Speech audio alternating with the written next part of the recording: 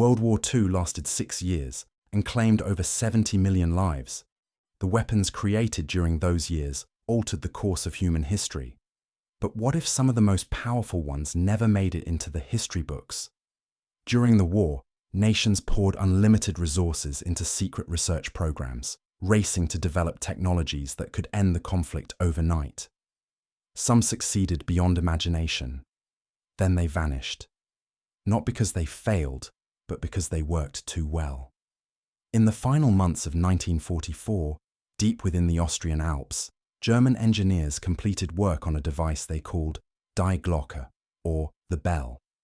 Witnesses described it as a metallic object roughly 9 feet tall, shaped like an oversized church bell. The device required massive amounts of electrical power and contained a mysterious substance, codenamed Zerum 525, stored in counter-rotating cylinders. When activated, the bell emitted a pale blue glow and produced effects that defied conventional physics. Personnel in the testing area reported severe nausea, metallic tastes, and crystallization of bodily fluids. Several scientists died during early trials.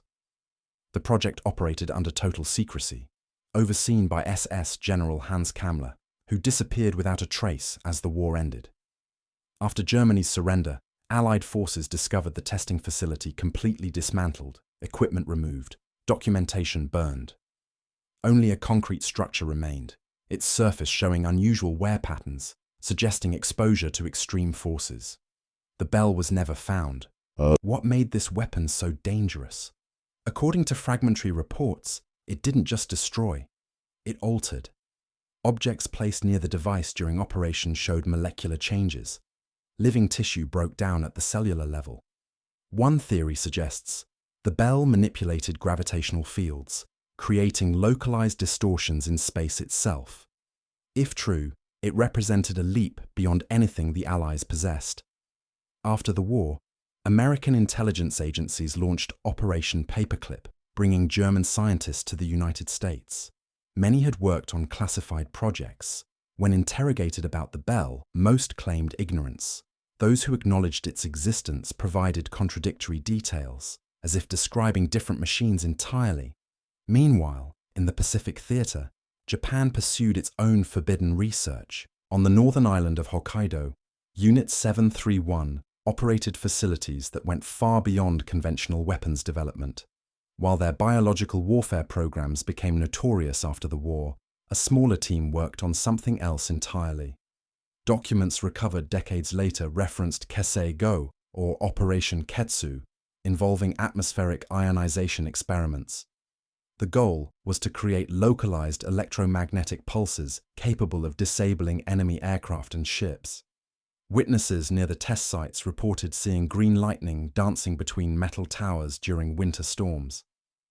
Fishing boats in the area experienced compass failures and radio blackouts.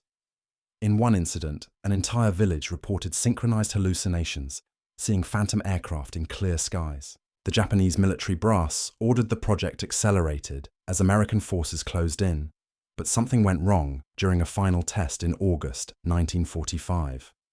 The facility was found abandoned, equipment still running, personnel vanished. American occupation forces who investigated the site reported severe headaches and disorientation. Within days, the area was declared off-limits due to unexplained radiation, though no nuclear material was present. The site was buried under concrete and remains sealed. But perhaps the most disturbing weapon came from an unexpected source. In 1943, British intelligence received reports of a research station in occupied Norway conducting experiments with sound, not explosives or chemicals, but precisely tuned acoustic frequencies. The Nazis had discovered that certain low-frequency vibrations, when amplified and directed, could induce specific physiological responses. At lower intensities, extreme fear and nausea. At higher levels, cardiac arrest and internal hemorrhaging. The device, called Schallkanone or sound cannon, used parabolic reflectors to focus acoustic waves into a tight beam. Unlike bullets or bombs, it left no visible wounds. Victims simply collapsed, their organs liquefied by resonance. A Norwegian resistance fighter who escaped the facility described seeing prisoners exposed to the device. He said they didn't scream, they vibrated. Allied commandos raided the installation in early 1944, but found only empty labs and scorched documents. The primary researcher, a physicist named Klaus Vennemann, had disappeared along with all prototypes. These weren't experimental failures or wartime fantasies. They were functional weapons, tested and refined. So why did they vanish?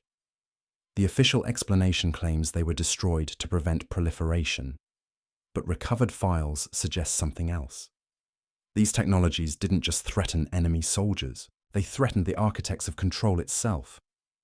Military power requires monopoly. Economic dominance depends on scarcity. Political authority thrives on predictability. These weapons broke all three rules. Worse, they opened doors that couldn't be locked from one side alone. Consider what happens when technology stops obeying the fundamental constraints we've relied upon. A weapon that kills without evidence, an engine that runs without fuel, a device that bends the relationship between cause and effect. These aren't just military advantages, they're reality violations. And reality violations can't be classified. They leak, they replicate, they inspire. The real danger wasn't what these weapons could do on a battlefield. It was what they revealed about the universe itself. If sound can liquefy organs through resonance, what else responds to frequency? If electromagnetic fields can alter gravity, what other forces remain hidden? If one invention cracks open a gap in our understanding, how many more might follow? That's why suppression became doctrine. Not because the weapons failed, but because they succeeded in ways that couldn't be contained. You can classify blueprints. You can eliminate researchers. But you can't erase a principle once it's been proven. The knowledge that something is possible becomes a seed. It grows in hidden labs, in private journals, in the minds of those who refuse to forget. Look at the pattern across all these cases. Prototypes vanish. Facilities burn. Scientists disappear into private contracts or early graves. Documentation fragments into contradictory accounts. The technology itself becomes myth, dismissed as wartime fantasy or exaggerated folklore. But the consistency of the suppression reveals the truth more clearly than any surviving blueprint could. These weren't isolated incidents of wartime chaos. They were coordinated erasures. Someone made calculated decisions about what humanity would be allowed to develop and what would be buried, not destroyed necessarily, just removed from public access, locked behind clearances that never expire, studied in facilities that don't officially exist. The question isn't whether these weapons worked. The evidence, fragmented as it is, points toward functionality. The question is what happened to the knowledge? Where did it go? Who controls it now? And more importantly, what else has been developed in the decades since, building on principles we're told don't exist? Because here's what keeps researchers awake at night. Every suppressed technology represents a branch point, a moment where human development could have gone in a radically different direction. We chose fossil fuels over alternative energy. We chose conventional explosives over resonance weapons. We chose centralized power grids over wireless transmission. Except we didn't choose. The choices were made for us, by forces that understood the implications better than the inventors themselves. Some argue this was necessary, that releasing certain technologies would have destabilized civilization, that the public couldn't be trusted with power sources that bypassed all existing infrastructure, that weapons leaving no forensic trace would make accountability impossible. Maybe they're right. Maybe suppression saved us from ourselves. But that argument assumes benevolence. It assumes the suppressors acted in humanity's interest rather than their own. It assumes the technologies were locked away rather than monopolized. It assumes nobody is using them right now, in facilities we'll never see, for purposes we'll never know. The Nazi Bell's gravitational manipulation. The Japanese ionization tower's electromagnetic effects. The British sonic weapon's resonance frequencies. These weren't dead ends, they were beginnings. Each represented a fundamental principle that, once understood, opens infinite applications. You don't bury principles. You either share them or weaponize them in secret. So where does that leave us? Living in a world built on the technologies we were allowed to keep.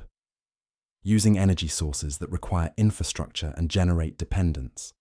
Fighting wars with weapons that leave evidence and maintain hierarchies. Accepting scientific boundaries that may be artificial, enforced not by nature, but by policy. The inventors are gone. The prototypes are seized or destroyed. The facilities are demolished or repurposed. But the implications remain, hovering just outside our field of vision. Because if these weapons existed, what else might be possible? What other corners of physics have been explored and then classified? What breakthroughs have been achieved and then suppressed? We live in the world they built for us.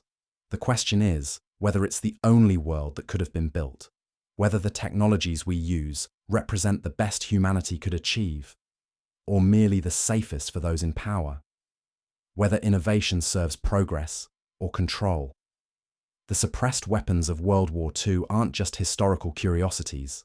They're proof that someone, somewhere, gets to decide what's possible and what stays forbidden. The war ended 79 years ago, but the weapons we've examined never stopped existing. They simply moved beyond our reach, into vaults and programs we're not meant to know about. What was erased wasn't failure. It was possibility. And somewhere, in facilities without names, that possibility is still being explored.